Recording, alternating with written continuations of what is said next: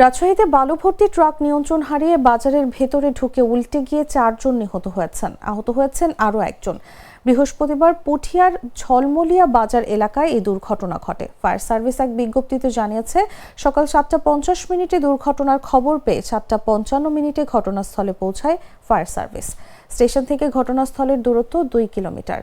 বালু ভর্তি ট্রাক নিয়ন্ত্রণ হারিয়ে বাজারের ভেতরে ঢুকে গিয়ে দুর্ঘটনা ঘটেছে উল্লেখ করে বিজ্ঞপ্তিতে আরও বলা হয়, পুঠিয়া ফায়ার স্টেশনের একটি ইউনিট ও নাটোর ফায়ার স্টেশনের একটি ইউনিট উদ্ধার কাজ করছে। এ ঘটনায় 4 জন নিহত এবং 1 জন আহত হয়েছেন বলেও জানিয়েছে ফায়ার সার্ভিস।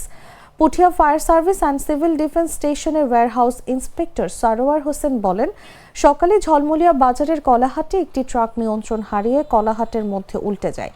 নিহত 4 জনের মরদেহ হাইওয়ে পুলিশের কাছে হস্তান্তর করা হবে।